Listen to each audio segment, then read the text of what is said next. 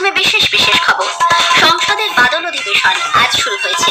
প্রধানমন্ত্রী নরেন্দ্র মোদী বলেছেন, দেশহিতে ভারত আজও ঐক্যবদ্ধ। ভোটার তালিকায় বিশেষ নিবিড় সংশোধনী কর্মসূচির মধ্যে দিয়ে নির্বাচন কমিশন বাংলা বিরোধী ষড়যন্ত্র করছে বলে তৃণমূল কংগ্রেস নেত্রী মুখ্যমন্ত্রী মমতা ব্যানার্জি অভিযোগ করেছেন। বিভিন্ন রাজ্যে বাংলাভাষীদের হেনস্থার অভিযোগে আগামী 27 জুলাই থেকে আন্দোলনের ডাক দিয়েছেন তিনি। পশ্চিমবঙ্গের ভোটার তালিকা থেকে অবৈধ ভোটারদের বাদ দেওয়া হবে বলে স্পষ্ট জানিয়েছেন বিরোধী দলনেতা শুভেন্দু অধিকারী। আগামী 4 আগস্ট দলীয় বিধায়কদের নিয়ে উত্তরকন্যা অভিযানের ঘোষণা করা হয়েছে। 2016 সালে স্কুল সার্ভিস কমিশনের নিয়োগ বিজ্ঞপ্তির প্রেক্ষিতে নতুন নিয়োগ প্রক্রিয়ায় কোনোরকম হস্তক্ষেপ করতে অস্বীকার করেছে সুপ্রিম কোর্ট।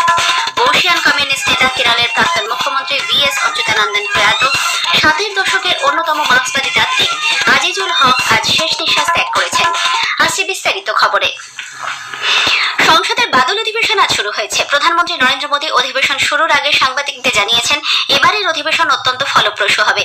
গুরুত্বপূর্ণ আলোচনার মাধ্যমে দেশের গণতন্ত্র আরো শক্তিশালী হয়ে উঠবে বলে তাঁর আশা। শ্রী মোদী বলেন, অপারেশন সিন্দুরের হাত ধরে সারা বিশ্ব ভারতীয় সেনা শক্তির ক্ষমতাকে প্রত্যক্ষ করেছে। ভারতীয় জওয়ানরা তাদের উদ্দেশ্যকে 100% পূরণ করতে সক্ষম হয়েছেন।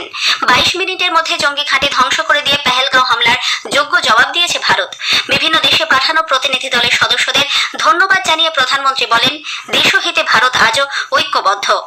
राष्ट्र हित में किए गए इस महत्वपूर्ण कार्य के लिए उन सभी सांसदों की सराहना करना चाहता हूं, सभी दलों की सराहना करना चाहता हूं और इसने देश में एक सकारात्मक वातावरण पैदा किया। विश्व ने भारत की बात को स्वीकार करने की दिशा में अपने मन के द्वार खोले और इसके लिए ये हमारे सांसदगण, हमारे राजनीतिक दल सराहना करने के मेरे लिए सौभाग्य है। ভোটার তালিকায় বিশেষ নিবিড় সংশোধনী কর্মসূচির মধ্যে দিয়ে নির্বাচন কমিশন বাংলা বিরোধী ষড়যন্ত্র রচনা করছে বলে তৃণমূল কংগ্রেস নেত্রী মুখ্যমন্ত্রী মমতা ব্যানার্জি অভিযোগ করেছেন। এ ব্যাপারে নির্বাচন কমিশন ও কেন্দ্রীয় সরকারের ভূমিকা নিয়ে তোপ দেখে তিনি বলেন, গোটা দেশে বাংলা ভাষা ও বাংলা ভাষীদের উপর সন্ত্রাস চলছে। এর প্রতিবাদে আগামী 27 জুলাই থেকে প্রতি শনি ও রবিবার সব ভাষাভাষী মানুষকে নিয়ে ভাষা আন্দোলন করার ডাক দিয়েছেন তিনি। মতুয়া, রাজবংশী সহ সমস্ত সংখ্যালঘু সম্প্রদায়ের উপর আক্রমণের পাশাপাশি তাদের নাম ভোটার তালিকা থেকে বাদ দিয়ে বিদেশি প্রমাণ করার চক্রান্ত চলছে বলেও মুখ্যমন্ত্রীর অভিযোগ। রাজ্যে বিধানসভা নির্বাচনের আগে ধর্মতলায় আজ 21 জুলাই বার্ষিক শহীদ সমাবেশের মঞ্চ থেকে তৃণমূল কংগ্রেস নেত্রী বলেন, বিজেপি আর কমিশনের মধ্যে চক্রান্ত চলছে। বিহারে যেভাবে নির্বাচন কমিশন SIR ব্যবস্থা চালিয়ে ভোটার তালিকা নিয়ে কারসাজি করছে, সেই বাংলায় চেষ্টা করা হলে কমিশনের অফিস ঘেরাও করা হবে বলে হুঁশিয়ারি দেন তিনি। আমার এখানেও 26% তপশিলি বন্ধুরা আছেন, আমার এখানেও 6 লক্ষের উপর আদিবাসী বন্ধুরা আছেন। তারা হিন্দু নয়, রাজবংশী হিন্দু নয়, মতুয়ারা হিন্দু নয়। ভোটের কার্ড নিয়ে খেলবেন আর ইলেকশন আসলেই তাদের ঘাড় ধাক্কা দিয়ে আপনারা বের করে দেবেন। আমি সাগরিকাদের টিমকে ধন্যবাদ জানাচ্ছি যে তারা দিল্লিতে যমুনানগর কলোনি ভিজিট করে এসছে। সরকারি প্রকল্প ও কর্মসংস্থানের প্রসঙ্গ তুলে মুখ্যমন্ত্রী বলেন, রাজ্যের সরকারের জাতি, ধর্ম, বর্ণ নির্বিশেষে সকলের উন্নয়নে বদ্ধপরিকর। তার জন্য রাজ্যে 34টি প্রকল্প রয়েছে। এ রাজ্যে বেকারত্বের হার 40% কমেছে বলেও দাবি করেন তিনি। তৃণমূল কংগ্রেসের সর্বভারতীয় সাধারণ সম্পাদক অভিষেক বন্দ্যোপাধ্যায় বলেছেন, ভোটার তালিকায় সংশোধন নিয়ে নির্বাচন কমিশনের সিদ্ধান্তের বিরুদ্ধে তৃণমূল কংগ্রেস দিল্লিতে বৃহত্তর আন্দোলন করবে। তিনি অভিযোগ করেন, নির্বাচন কমিশন এবং এনফোর্সমেন্ট ডিরেক্টরেটকে কাজে লাগিয়ে কেন্দ্র বিরোধী দলগুলির কণ্ঠরোধ করতে চাইছে।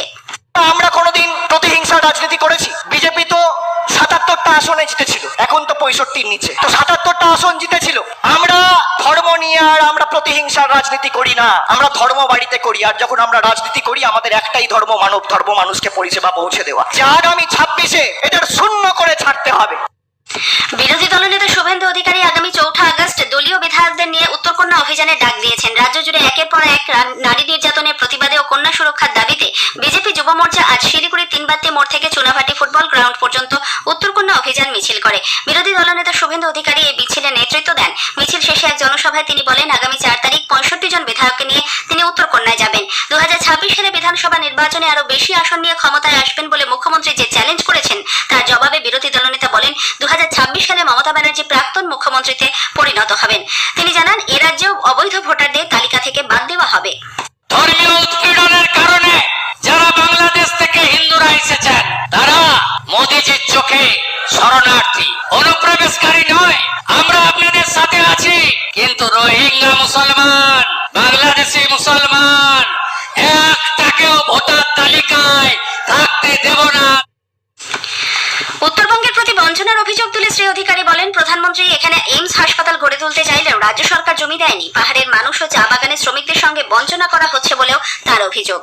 21শে জুলাইয়ের মঞ্চ শহীদদের সম্মান জানানোর নয়, বিজেপিকে আক্রমণের মঞ্চ বলে দলের রাজ্য সভাপতি শ্রমিক ভট্টাচার্য মন্তব্য করেছেন। দিল্লিতে আজ এক সাংবাদিক বৈঠকে তিনি অভিযোগ করেন, সিপিআইএম এর শাসনকাল থেকে বাংলাদেশিদের নাম অবৈধভাবে ভোটার তালিকায় অন্তর্ভুক্ত করা হয়েছে। তাদের রেশন কার্ড ও জমি পাইয়ে দেওয়া হয়েছে। তৃণমূল কংগ্রেস সরকারের আমলে তা আরও প্রকট হয়েছে।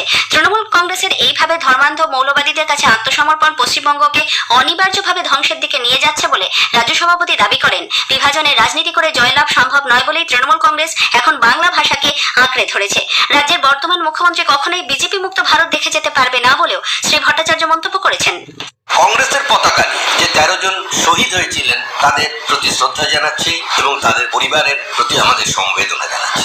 আন্দোলন করেছিল কংগ্রেস, গুলি চালিয়েছে সিপিআইএম, আর শহীদের মঞ্চে আক্রমণ চলেছে বিজেপির উপরে। আমরা মুখ্যমন্ত্রীর দীর্ঘায়ু কামনা করি, তিনি শতায়ু হন, কিন্তু মুখ্যমন্ত্রী তার জীবদ্দশায় কোনোদিন বিজেপি মুক্ত ভারত, বিজেপি মুক্ত কেন্দ্রীয় সরকার দেখে যেতে পারবেন না। তৃণমূল কংগ্রেসের আজকের সমাবেশ বার্ষিক বনভোজনে পরিণত হয়েছে বলে সিপিআইএম কটাক্ষ করেছে। দলের রাজ্য সম্পাদক মোহাম্মদ সেলিম কলকাতায় আজ এক সাংবাদিক সম্মেলনে অভিযোগ করেন, মুখ্যমন্ত্রী তাঁর বক্তব্যে মিথ্যাচারণ করছেন। বামফ্রন্ট আমলে কেউ ভোট দিতে পারতেন না বলে মুখ্যমন্ত্রীর অভিযোগ খারিজ করে দিয়ে সেলিম বলেন, সে সময় মুখ্যমন্ত্রী স্বয়ং সাংসদ নির্বাচিত হয়েছিলেন। অন্যদিকে নদিয়ার কালীগঞ্জে বোমার আঘাতে স্কুল ছাত্রী তামান্নার মৃত্যু ও অভয়ার ন্যায় বিচারের দাবিতে আজ কালীগঞ্জ মাঠে জনসভা করে প্রদেশ যুব কংগ্রেস। ক্ষমতা প্রদর্শন করে নিষ্ঠুরভাবে তামান্নাকে হত্যা করা হয়েছে বলে অভিযোগ করেছেন প্রাক্তন সাংসদ অধীর রঞ্জন চৌধুরী। স্থানীয় সংবাদ শুনছেন আকাশবাণী কলকাতা কেন্দ্র থেকে। 2016 সালে স্কুল সার্ভিস কমিশনের নিয়োগ বিজ্ঞপ্তির প্রেক্ষিতে 2025 এসএসসি নিয়োগ প্রক্রিয়ায় কোনো রকম হস্তক্ষেপ করতে অস্বীকার করেছে সুপ্রিম কোর্ট। চিহ্নিত অযোগ্যরা নতুন নিয়োগ পরীক্ষায় বসতে পারবেন না বলে কলকাতা হাইকোর্টের সিঙ্গেল ও ডিভিশন বেঞ্চ নির্দেশ দেওয়ার পরেও অতিরিক্ত শূন্যপদ সৃষ্টি, বয়সের ক্ষেত্রে ছাড় এবং অভিজ্ঞতার ভিত্তিতে নম্বর দেওয়া নিয়ে কমিশনের কয়েকটি সিদ্ধান্তের বিরুদ্ধে সর্বোচ্চ আদালতে মামলা দায়ের হয়। তারই শুনানিতে বিচারপতি সঞ্জয় কুমার এবং বিচারপতি সতীশ চন্দ্র শর্মার বেঞ্চ জানিয়েছেন, এই ধরনের মামলাকে তারা গুরুত্ব দিতে নারাজ। ভোট পরবর্তী হিংসায় বিজেপি নেতা অভিজিৎ সরকার খুনের মামলায় সাজাপ্রাপ্ত কলকাতা পুলিশের তৎকালীন তদন্তকারী আধিকারিক রত্না সরকার ও হোমগার্ড দীপঙ্কর দেবনাথ কলকাতা হাইকোর্টে জামিনের আবেদন জানিয়েছেন। বিচারপতি শুভ্রা ঘোষের বেঞ্চে আগামীকাল মামলার শুনানি হতে পারে। বর্ষিয়ান কমিউনিস্ট নেতা কেরলের প্রাক্তন মুখ্যমন্ত্রী VS অচ্যুতানন্দন প্রয়াত। দীর্ঘ রোগ ভোগের পর শতায়ু এই রাজনীতিবিদ আজ তিরুবনন্তপুরমের শেষ নিঃশ্বাস ত্যাগ করেন। পশ্চিমবঙ্গের রাজ্যপাল ডক্টর CV আনন্দ বোস শ্রী অচ্যুতানন্দনের প্রয়াণে গভীর শোক ব্যক্ত করেছেন। এক বার্তায় রাজ্যপাল বলেন, গণতান্ত্রিক আদর্শ ও সামাজিক ন্যায়ের প্রতি অচ্যুতানন্দনের অটল অঙ্গীকার আজও সকলকে অনুপ্রাণিত করে। 60-এর দশকের নকশাল আন্দোলনের অন্যতম নেতা ও মার্ক্সবাদী তাত্ত্বিক আজিজুল হক শেষ নিঃশ্বাস ত্যাগ করেছেন। বয়স হয়েছিল 85 বছর। 1956 সালে খাদ্য আন্দোলনে তিনি সক্রিয় অংশ নেন। 64-তে কমিউনিস্ট পার্টি বিভাজনের পর যুক্ত হন সিপিআইএম এ। নকশাল আন্দোলনের সময় দীর্ঘ 18 বছর আজিজুল হক কারাবাস করেন। বন্দী জীবনের অভিজ্ঞতা নিয়ে তিনি লিখেছেন, কারাবাসে 18 বছর। আজীবন সাম্যবাদী আন্দোলনের এই নেতার মৃত্যুতে সর্বস্তরের বামপন্থী কর্মীদের মধ্যে শোকের ছায়া। আজিজুল হকের মৃত্যুতে গভীর শোক প্রকাশ করেছেন মুখ্যমন্ত্রী মমতা ব্যানার্জিও। শেষ করার আগে স্থানীয় সংবাদের বিশেষ কিছু অংশ আরো একবার। সংসদের বাদল অধিবেশন আজ শুরু হয়েছে। প্রধানমন্ত্রী নরেন্দ্র মোদী বলেছেন, দেশহিতে ভারত আজও ঐক্যবদ্ধ। ভোটার তালিকায় বিশেষ নিবিড় সংশোধনী